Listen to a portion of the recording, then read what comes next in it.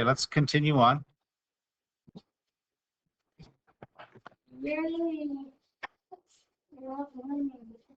Here we go.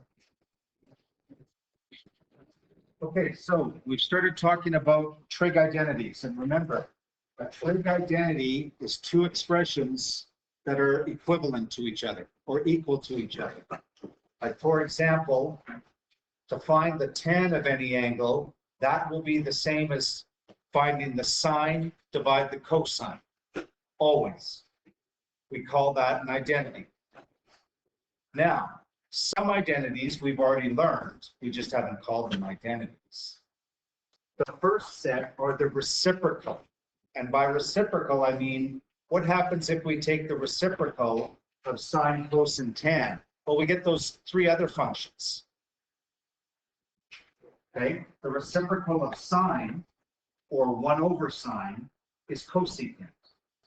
The reciprocal of cosine, or 1 over cosine, is secant. And the reciprocal of tan, or 1 over tan, is cotangent. We really don't, when we start proving these things, don't worry about this one. We're not going to use this one too much. Actually, we're not going to use it at all.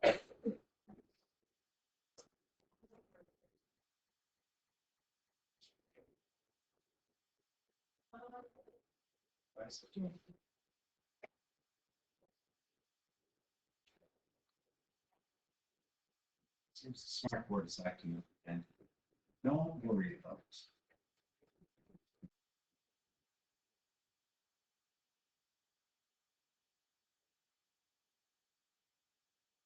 But these other two we're going to use. The quotient identities. This one I just talked about. The tan of any angle is always equal to the sine over the cos. And if we flip the tan to get cotan, that means we flip the sine over cos to get cos over sine. Okay? We definitely want to know these two. These ones you are going to have to remember. These ones, however, the next three that are in gray, what we call the Pythagorean identities, because it's based on Pythagoras, a squared plus b squared equals c squared. If we take the sine of an angle and square it, add the cosine of the angle squared, it will always equal 1. And we've done that, okay? Because remember, with the unit circle, sine is always y, cos is always x, and on the unit circle, y squared plus x squared, or x squared plus y squared, always equals 1.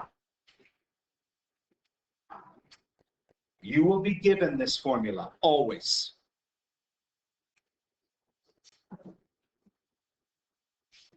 The two other variations of this that you should be familiar with, because we're going to use them when we prove, are these two. So what happens if I take the sine squared theta in this equation and swing it over here? I get this. If I take sine squared theta and swing it over to this side, I get that. If I go back to the original and take cosine squared theta and swing it over to this side, I get this one.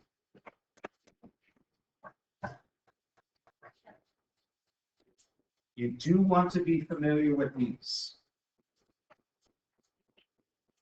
Honestly, these two down here, you'll always get them on a formula sheet, but you don't really have to know them because they're based from this. This is the one that you want to focus on. And we'll see that in a second when we start to prove some of these things. So we really don't, you can use them. And I can show you a few times when we can use them, but we really don't need to. Okay? We can focus on this one. This one will be enough for our purposes.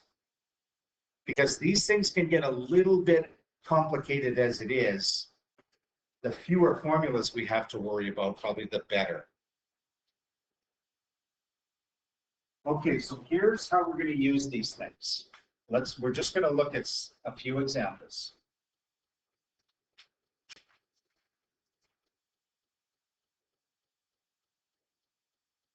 So we've got to think about those formulas on the previous page, those identities.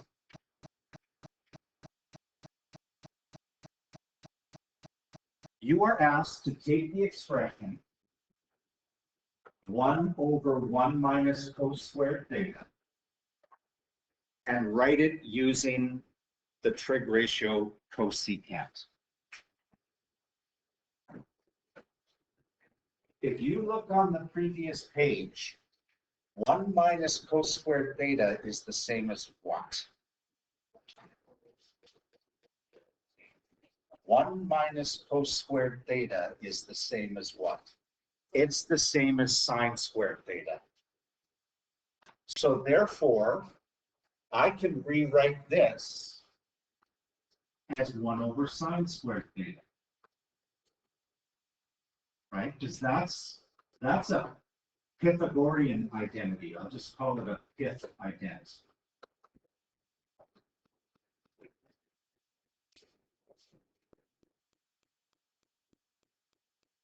But 1 over sine squared theta is the same as what?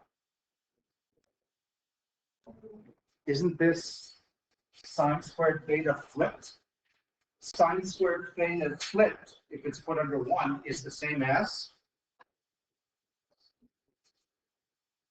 Isn't 1 over sine theta cosecant? So 1 over sine squared theta must be cosecant squared theta. So that must be 1 over cosecant squared theta. And that is a reciprocal identity. You don't have to write these all the time, but I'm just writing them to show you where they're coming from.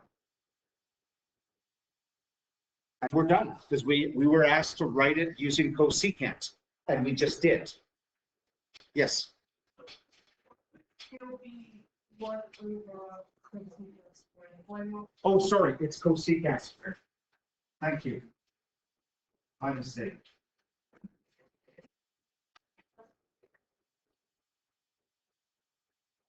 Let's go secant squared theta.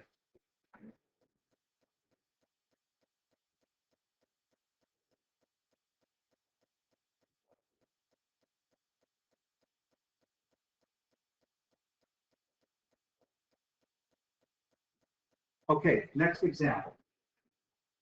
Before we start getting into sort of some proving ones, although this one we're going to do, this one's a very minor proof. First of all, we have to find the non-permissible values.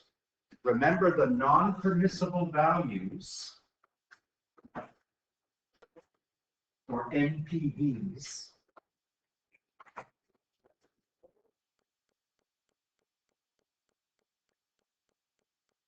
are whenever the denominator is equal to 0. What's the denominator here?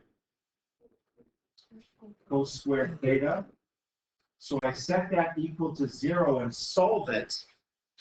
That will tell me the non-permissible values.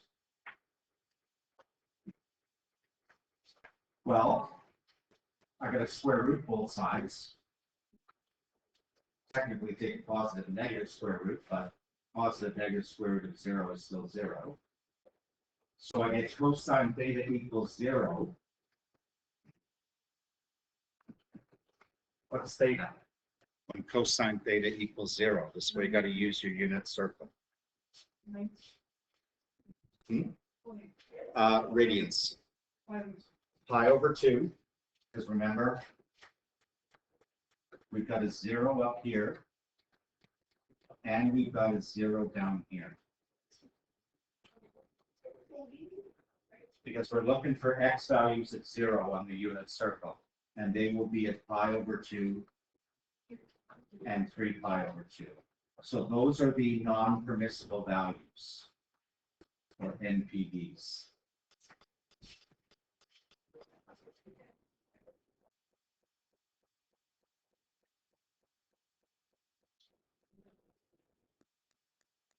And here's how we go about proving. First of all, we're going to do it in two columns. We're going to have the left side of the equation, or the left side of the identity, and the right side. Right now on the left side, we have this. On the right side,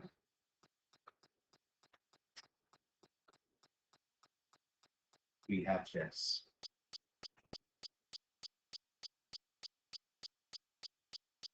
Somehow I have to make this look like this. Well, let's look at what we got here.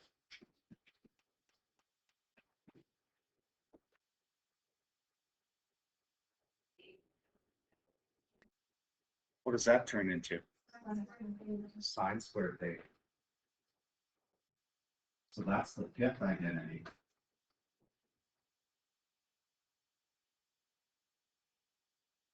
So therefore, I can rewrite this as sine squared theta over cos squared theta. Well, tan squared theta is sine squared theta over cos squared theta. So I got them to equal the same thing.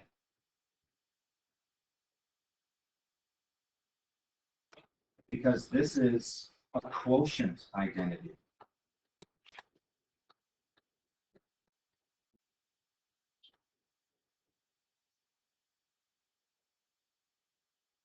So I'm done, I've proved it. And just to sort of conclude the proof, I just say left side equals right side. That's really what we're going to be focusing on a lot. So it's becoming familiar with certain formulas. But some tips on how to prove these before we start jumping into a lot of them. And we're going to look at these. These are just some helpful things. First of all, sometimes it's easier to start with the more complicated side, because you can do more to it to make it equal the simpler side.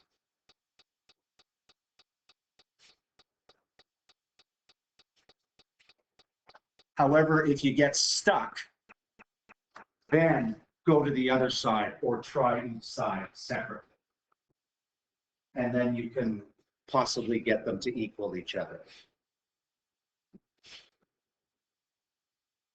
Put everything in terms of sine and cos. Don't change things to tan, don't change things to cotan or to secant or cosecant. Put it all in sine and cos. You'll see that that's actually very helpful. Now, what are we going to have to do to one of the sides or both of the sides? Well, sometimes we have to might multiply some fractions together. Sometimes we might have to add or subtract. Sometimes we might have to factor. And usually by factoring, it's GCF factoring.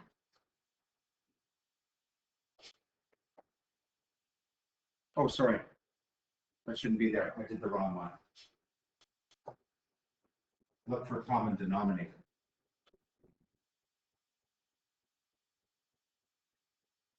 Yeah, we've already done practice examples like that on the previous page, or on 2 pages ago. If we want to combine fractions. Here's the factoring thing.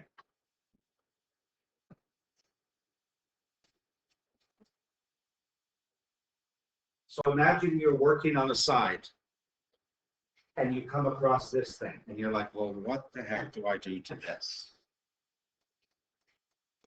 Well, if I look at this, there's a cosine in common to both terms.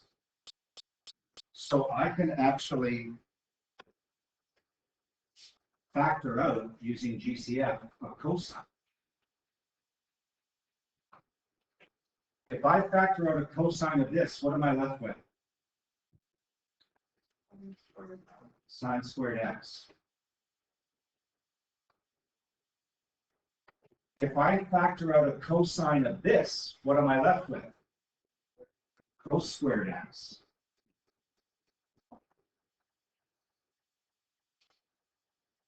That kind of helped me because this sine squared plus cos squared always equals 1. So this is the same as cos x times 1, which is just cos x. Look at how much I was able to simplify it just by factoring and then recognizing a Pythagorean identity.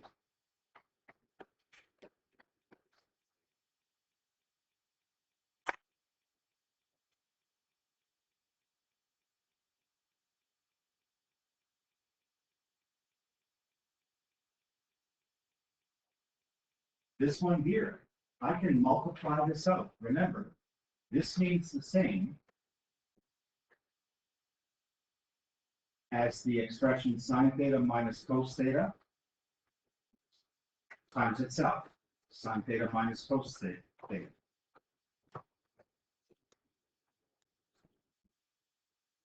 That's 4 multiplications, right? So, oh, sorry, that's sine theta, not sine squared theta.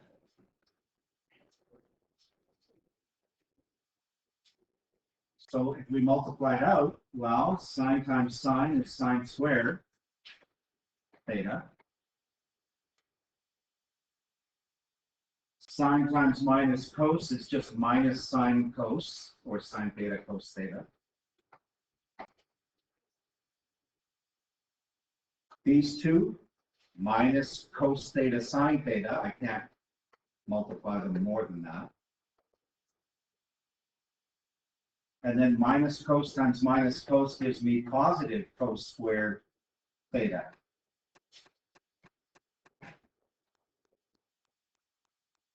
So I know it looks weird because I made it look bigger. But if you look at what I've got now, I can actually simplify. Can we combine these two? To minus 2 sine theta cos theta. They're like terms.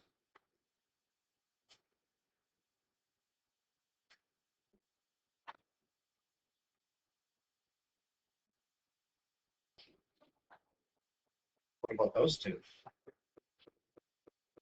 Sine squared plus cos squared. 1. That's the fifth identity again.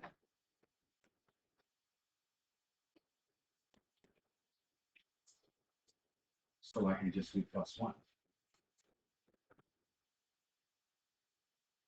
We're going to do a lot of practice with these because really the only way you get better at these is just seeing different types. If you don't practice with these are going to be very difficult. Finally,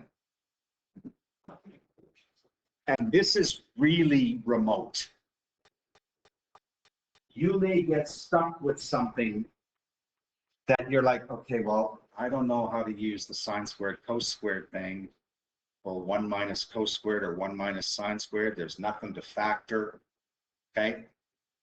If you get stuck, you may multiply by the conjugate to get unstuck. Now, you haven't seen this for a while, but the conjugate of a denominator, same terms, opposite sign.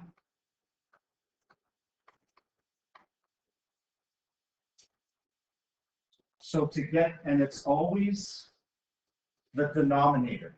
So what's the conjugate of 1 minus cos x? 1 plus cos x. Which means you've got to keep the fraction balanced or equivalent, you've got to multiply the top by the same.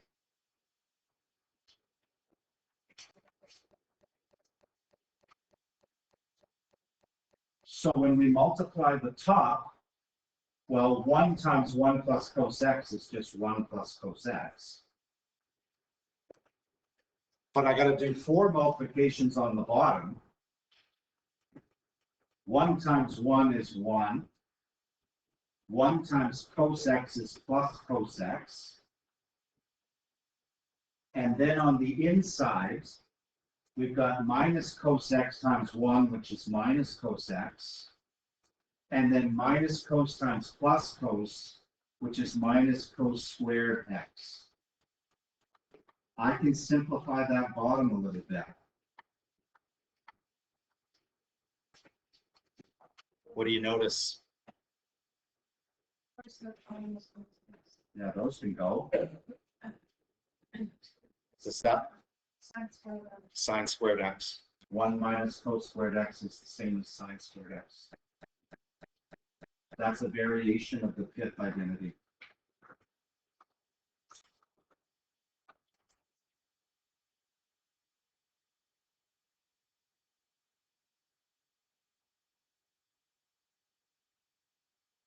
So I've changed it to look like that. I mean, it's not really simplifying it. It's just changing the form. But it might help me. But again, the chances of getting a question where you're going to have to do the conjugate, pretty low. Okay.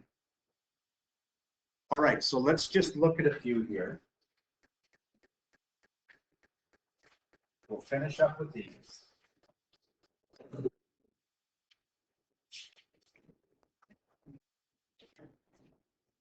So we're asked to prove this identity. So the first thing I want to do is I want to go left side, right side. And I'm going to write the expression on the left.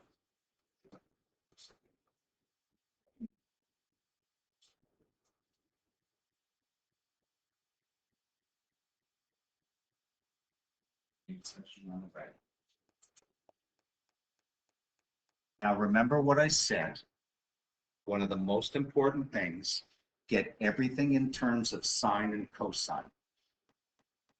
Right now, there's nothing in terms of sine and cosine, but I can do a lot of switching. Let's work on this side. Cotan x is the same as what? That's one of your identities. Cos over sine.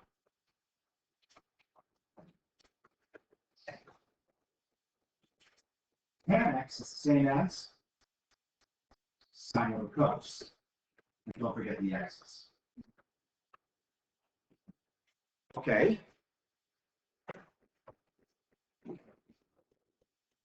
Add those two. What's the lowest common denominator? Well, the lowest common denominator of sine x, cos x is just those two multiplied by each other.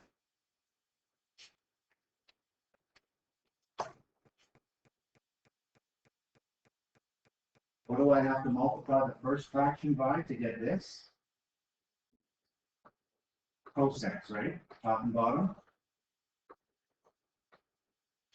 And I have to multiply the second fraction by sine x, top and bottom, to get the denominator. So I end up with cos times cos, cos squared x, plus sine times sine, sine squared x. Okay, so I've made it into a single fraction.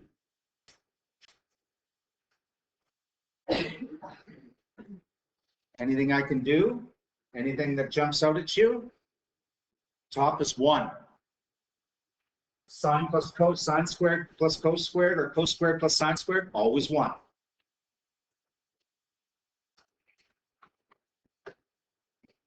That looks as far as I can go.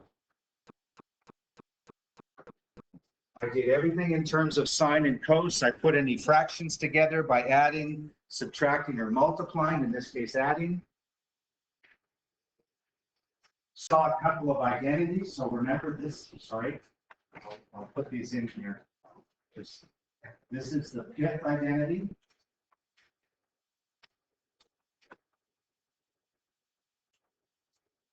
These two were the quotient identities.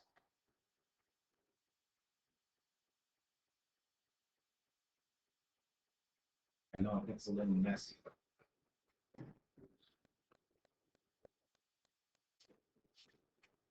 So now somehow I gotta make this look like this. Yep, Reciprocal. yeah, isn't cosecant x the same as 1 over sine x? And secant x is the same as 1 over cosine x? Those are reciprocal identities.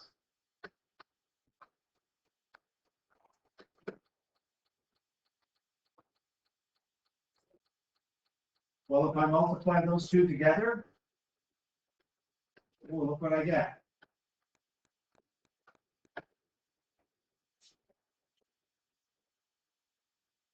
Same, finally, got them equal to each other.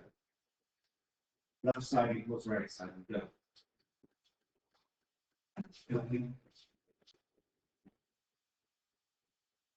They are challenging, but let me tell you something.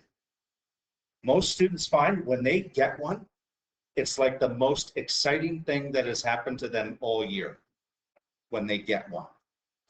Okay? So you got to kind of look at it like a puzzle. Okay. This next one.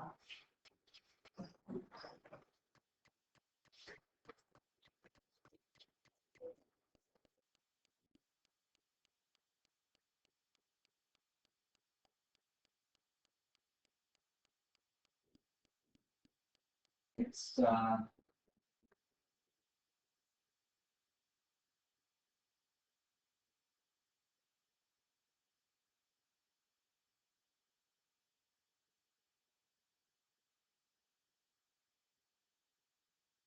this one's pretty loaded.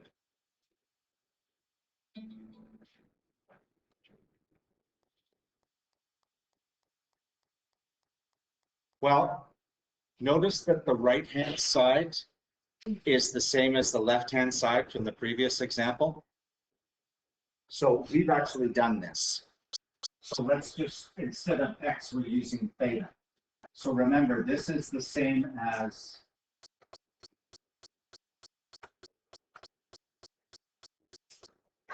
cosine theta over sine theta plus sine theta over cosine theta. And then we made a single fraction by using common denominator of sine theta cos theta. Change each numerator so that it gives us cos squared theta plus sine squared theta. Cos squared and sine squared is always 1.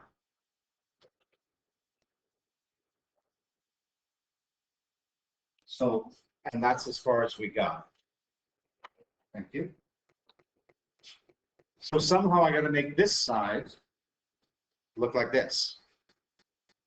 Well, we got a lot of changing to do. Cosecant squared is the same as 1 over sine squared.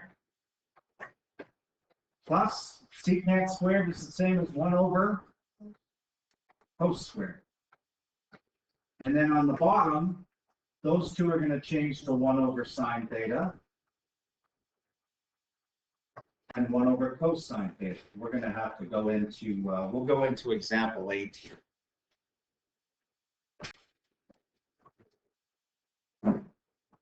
This one is going to take a few steps.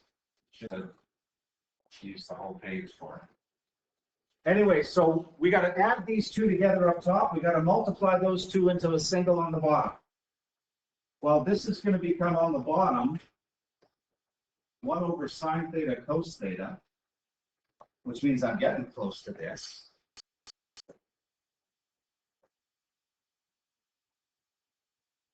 Here, I've got to make a common denominator. What's the common denominator of sine squared cos squared? Sine squared cos squared.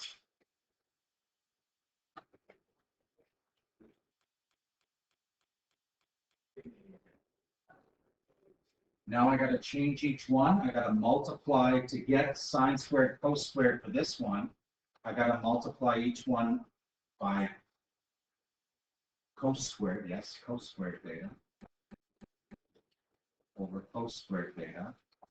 Oh, And these ones I gotta do sine squared theta over sine squared theta. I know. It comes with practice. It's the best way to do these. That's how I make a common denominator. The common denominator of sine squared and cos squared is sine squared cos squared. To get sine squared cos squared for this one, I gotta multiply the top and bottom by cos squared. To get sine squared cos squared for this one, I gotta multiply the top and bottom by sine squared. So I end up with cos squared theta plus sine squared theta. how many marks are a question like this? 4, 3, Let's make it one. anyway. So I'm here now.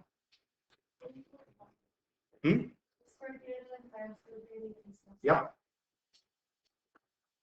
I can make the top easier. Oh.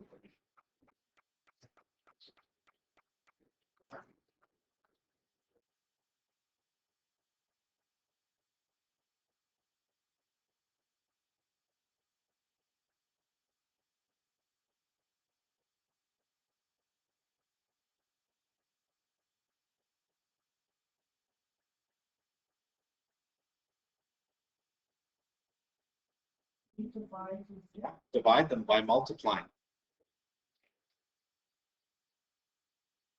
So remember, this divide this is the same as this times the reciprocal of this. So it's 1 over sine squared theta cos squared theta times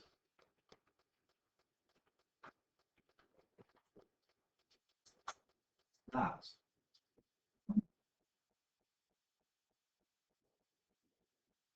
Can't I take out a sine theta cos theta from each of these? Sine theta cos theta divides sine theta cos theta is 1. Sine squared cos squared theta divides sine theta cos theta leaves me with a sine theta cos theta. This is hard. That leaves me with finally 1 over sine theta cos theta. Which is, if you notice on the right-hand side, well above the same. So I know I went into example 8. I'm not too worried about example 8. Example 8 is actually used as a conjugate. Okay. Holy smokes. Yeah. You okay there, Kelly? No, Okay. I have no idea what's going on. All right. Well, let's do another one. How about no? I don't like this game. Well, this one. Look at this one. This one looks fun. No. You know, maybe I should change my.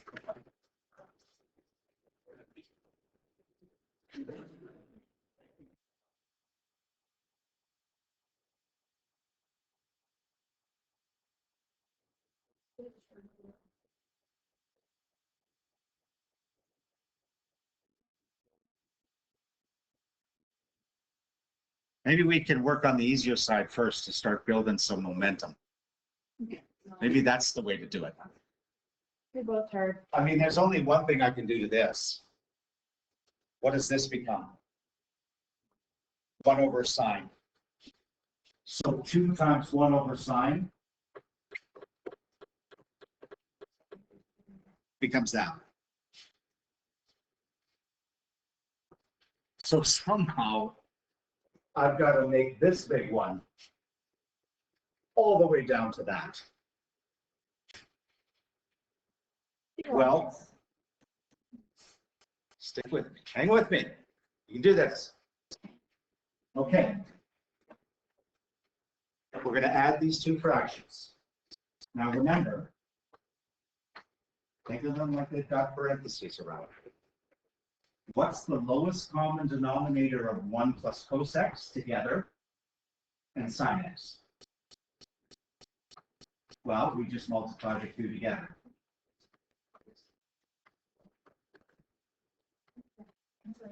Like that. Ask. Go ahead and ask. No, no. Ask. It's Okay. adding. What's that? Why can't we just stick to the sine x instead of adding them? Yeah, we've got to add these into a single fraction before we can start canceling. So what am I going to multiply this by to get this? Sine x. How do you know that? Because, look.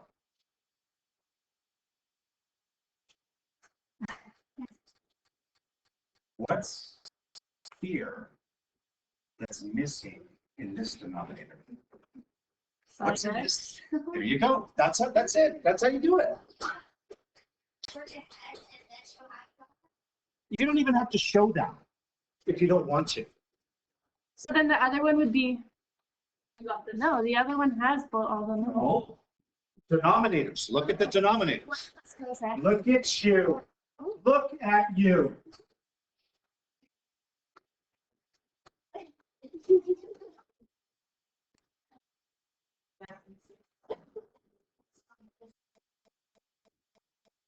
So sine x times sine x is sine squared x. Oh boy, 1 plus cos plus times 1 plus cos. That's 4 multiplications, baby. Yeah. Ha ha ha. Yeah. I know, it's funny. So, plus 1 times 1 is 1. 1 times cos x is cos x. Cos x times 1 is cos x. Cos x times cos x Boss. is cos squared x. I know, I've got to blend it into the other one, sorry. Plus cos x, plus cos x again. Let's post weird and Plus cos squared. Yeah. And Okay, look what I can do here. sorry, anymore. No, but Look at everything up top here. First of all, I can collect these, right? 2 cos x. Ooh, 2 cos x. Look at, I got a 2 there, I got a 2 there. I'm getting there. wow. Okay, here, look at everything else. I got a 1. And I got. Oh, that's one. It equals 1. So I got a 1 plus 1. I got another 2. Hey, is it plus 2? Yes.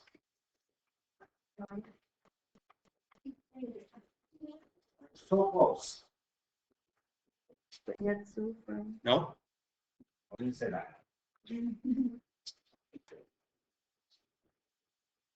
now what? Yeah. I don't know. Wait, I got this. Just let me write it down. Okay, you got this, George. We're waiting. You got You can do something to the top. You can add the twos together. No, it's not like Oh, terms. Well, you can take the, no, you can, Factor. wait, doesn't No, it, the cos x's get rid of each other. No, you can't cancel like that. that's what was. You can factor out a 2. You just get rid of this. That's what I meant. Also, like, great. Yeah, GCF. You said we were close. Now everything's multiplied here, right? So can't these reduce out? 2 over sine x I'm left with. Pause, We did it. pause. No, no more kids. Excuse me. I just want to see how that happened. Okay. Oh, I see. So left side equals right side. I know. But like I said, we got to jump in sooner or later. How long do we have till the test? A week. A week? I'm kidding. Jeez. Everybody's so serious. No, So I guess the next idea. No, it'll be, yeah. And the reason why and you can pretty much be guaranteed there's going to be one on every single exam. Good. At least one on every single exam. One question. You can say five. Don't worry, I know, but we've got some other formulas to learn too. So it gets better. I can guess easier That's freaking or it gets harder. Well, we've got more formulas to learn that we could use. So it's like maybe. But you get all those formulas, so it'll be okay. You don't have to memorize. Listen, you guys, we just started. Okay? We're gonna take some time with this because it does take time. And like I said, the only way you get better at these is with practice. And so for number 8, example 8, it uses conjugate to actually get the left side to equal the right. That's in the notes. I'll leave it for that. I'm not going to worry about doing that one. Focus on these 3 instead. All done for today? Okay.